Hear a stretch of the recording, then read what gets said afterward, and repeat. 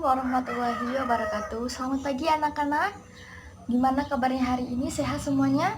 Alhamdulillah, luar biasa. Allahu Akbar. Alhamdulillah. Nah, sebelum kita memulai pembelajaran hari ini, kita berdoa terlebih dahulu ya. Nah, silakan ketua kelas untuk memimpin doa terlebih dahulu. Berdoa mulai. Berdoa selesai. Alhamdulillah kita sudah berdoa. Nah, di sini Ibu mau tanya nih. Siapa yang kira-kira teman kalian yang hari ini tidak hadir? Coba tengok kanan kirinya. Hadir semua. Alhamdulillah, berarti hari ini sudah lengkap semuanya ya. Oke. Nah, hari ini kita akan belajar tentang tema 4, berbagi pekerjaan, subtema 2, pekerjaan di sekitarku, dan pembelajaran keempat. Oke. Sudah siap semuanya? Siap, oke. Nah, di sini Ibu akan bertanya kepada kalian. Kalian tahu nggak sih ini gambar apa? Pekerjaan apa? Ayo, siapa yang tahu tunjuk tangan. Oke, sudah pada tahu semuanya ya. Ini adalah pekerjaan seorang dokter. Bener banget. Nah, di sini siapa sih yang cita-citanya ingin menjadi dokter? Tunjuk tangan. Ya ampun, Rehan ingin menjadi dokter. Nah, Ibu ingin bertanya kepada Rehan, apa sih yang dilakukan oleh seorang dokter?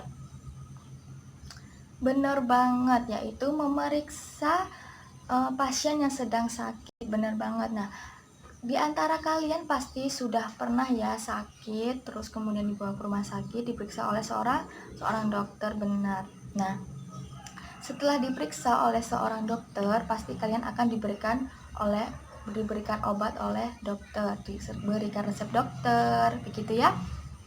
Nah, kalian tahu nggak sih sikap apa yang harus dimiliki oleh seorang pekerja? Ada yang tahu? Nggak ada yang tahu? Ibu kasih tahu ya. Nah, seorang yang bekerja itu harus memiliki sikap yang melayani, disiplin, rendah hati, dan bekerja sepenuh hati. Nah, nggak cuma seorang dokter aja yang harus memiliki sikap-sikap yang Ibu kasih tahu tadi ya. Pekerjaan-pekerjaan lain juga harus memiliki sikap yang disiplin, rendah hati, dan bekerja sepenuh hati. Contohnya seorang polisi, petani itu harus memiliki sikap yang harus rendah hati dan bekerja sepenuh hati. Oke, nah sekarang coba kalian buka halaman 76. Nah, di situ ada teks tentang hebatnya dokter kami. Nah, kalian baca terlebih dahulu teks itu, kemudian kalian jawab pertanyaan-pertanyaan yang ada di bawahnya. Itu ada 5 soal ya. Nah, paham semuanya? Oke, kalau sudah paham, Ibu kasih waktu 10 menit cukup ya. Oke, Ibu kasih waktu 10 menit, kalian baca dan kerjakan soal-soal yang ada di bawahnya.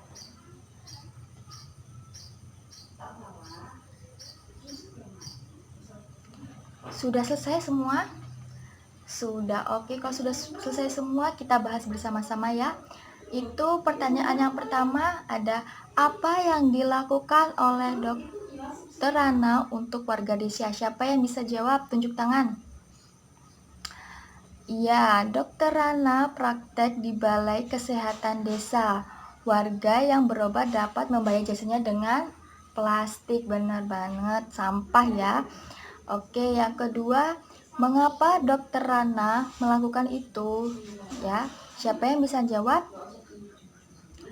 Menurut ayahnya, banyak warga yang tidak berobat karena tidak mampu ya.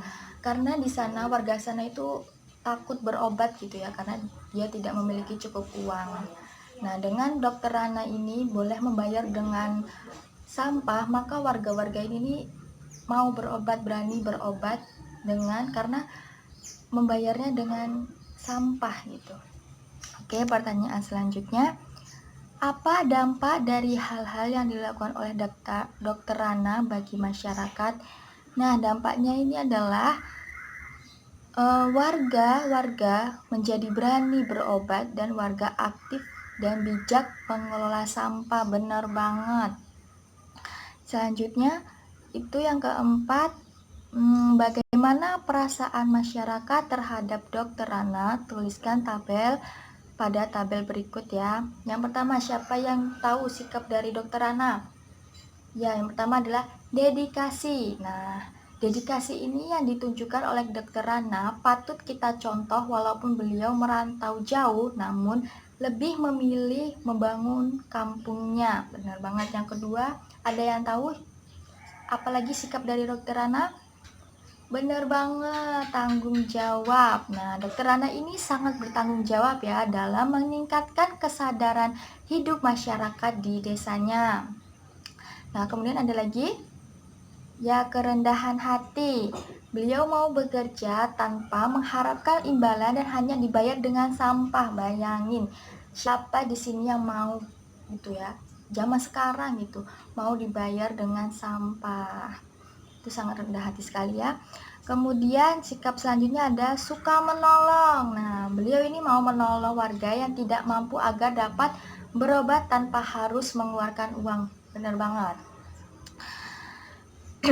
Nah, selanjutnya, hal-hal baik apa sih yang bisa kita contoh dari Dokter Rana? Siapa yang mau jawab? Oke, Adit. Benar banget, sikap yang dari Dokter Rana yang bisa sikap dari Dokter Rana yang tuh bertanggung jawab, benar. Berdedikasi, benar banget, tolong menolong. Nah, inilah yang patut kita contoh dalam kehidupan sehari-hari ya anak-anak. Nah, dari Dokter Rana ini kita belajar bahwa ketika kita bekerja haruslah bermanfaat bagi orang lain, bermanfaat bagi orang sekitar. Nah, menjadi dokter juga harus rendah hati dan saling menghargai orang lain. Benar banget. Nah, kemudian kita beranjak ke materi selanjutnya. Sebelumnya Ibu mau nanya nih sama kalian. Ini ada yang tahu ini gambar apa? Ada yang tahu? Ya benar, ini adalah gambar rantai. Nah, rantai ini merupakan lambang Pancasila yang sila keberapa? Ada yang tahu anak-anak?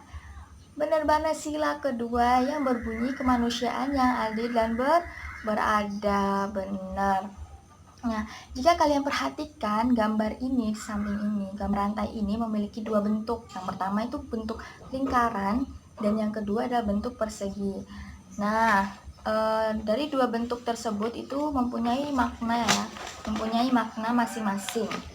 Nah, pertama itu yang berbentuk persegi itu melambangkan laki-laki dan yang berbentuk lingkaran merupakan lambang perempuan. Benar banget. Nah, mata rantai yang saling berkaitan ini melambangkan hubungan manusia satu dengan yang lain yang perlu bersatu, saling membantu sehingga menjadi kuat seperti rantai. Nah, sekarang Ibu mau menjelaskan tentang contoh pengamalan dari sila kedua.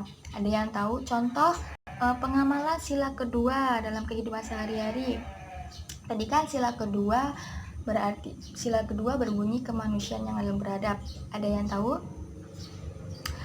Oke, contoh pengamalan dari sila kedua ini yang pertama, mengakui persamaan derajat, hak, dan kewajiban. Jadi kita sesama manusia itu memiliki hak dan kewajiban yang sama, derajat yang sama, benar.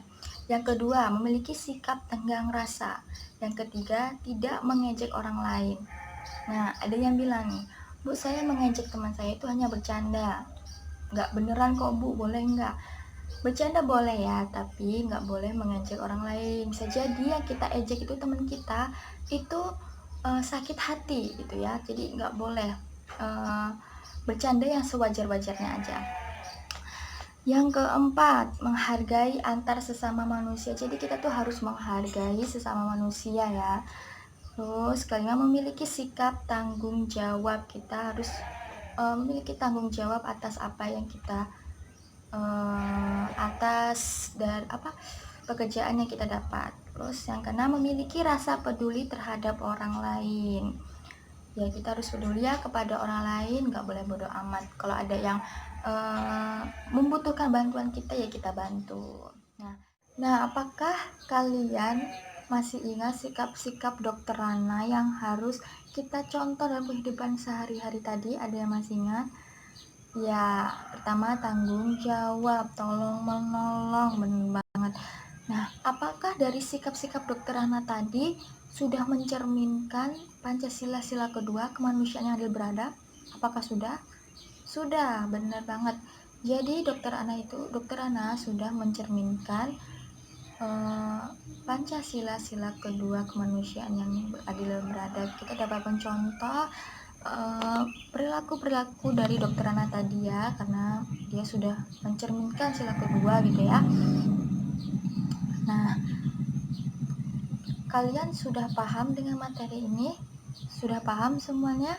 Jika udah, nah di sini ibu akan meminta kalian untuk membuat kesepakatan kelas. Sebelumnya kalian ini ya, membuat kelompok terlebih dahulu. Satu kelompoknya 5 orang aja. Nah, kalau enggak kelompok yang kemarin juga satu kelompok 5 orang kan.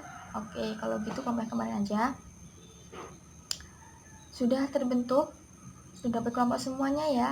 Oke, kalau sudah, kalian dapat membuat kesepakatan kelas. Nah, kalian tulis, kemudian nanti jika sudah selesai, kalian boleh bacakan di depan kelas. Ibu kasih waktu 15 menit, cukup ya? Cukup. Oke, ada yang ditanyakan? Nggak ada? Oke, kalian boleh kerjakan. Jangan ribut.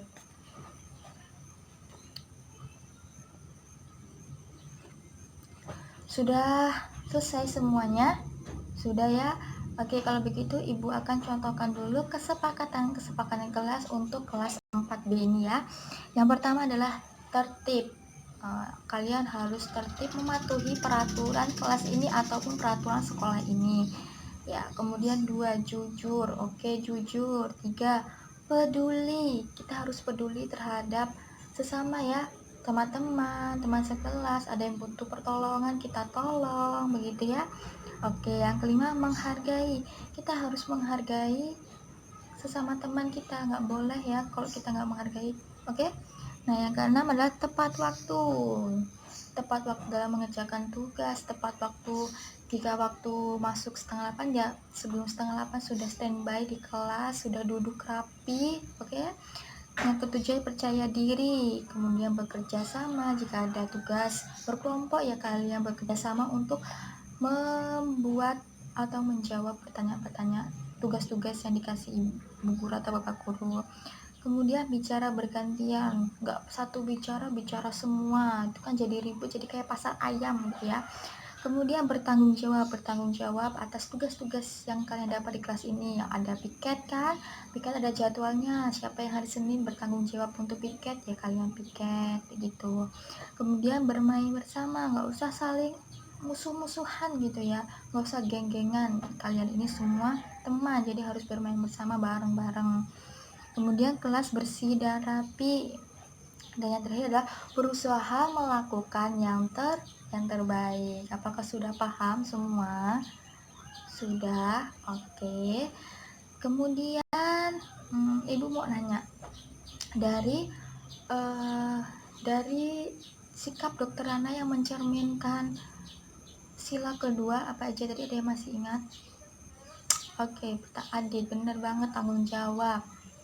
Rehan, bener banget. Rendah hati, oke, masih ingat ya semuanya.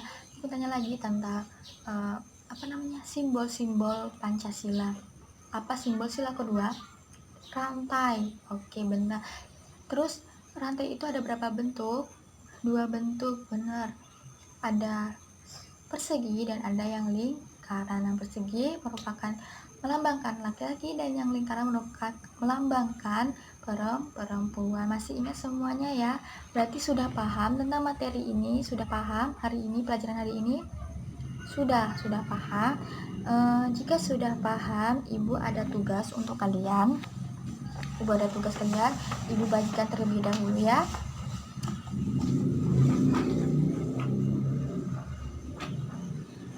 Nah, tugas tersebut itu dikerjakan di rumah sebagai pekerjaan rumah.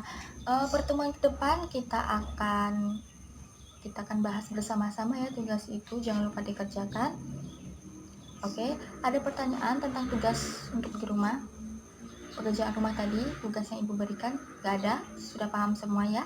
Oke, kalau sudah paham, Ibu cukupkan sampai di sini aja. Sebelumnya, ketua kelas untuk memimpin doa terlebih dahulu. Berdoa mulai. Doa selesai. Oke, alhamdulillah. Semoga pelajaran hari ini bermanfaat bagi kita semuanya ya. Ibu akhiri, wassalamualaikum warahmatullahi wabarakatuh.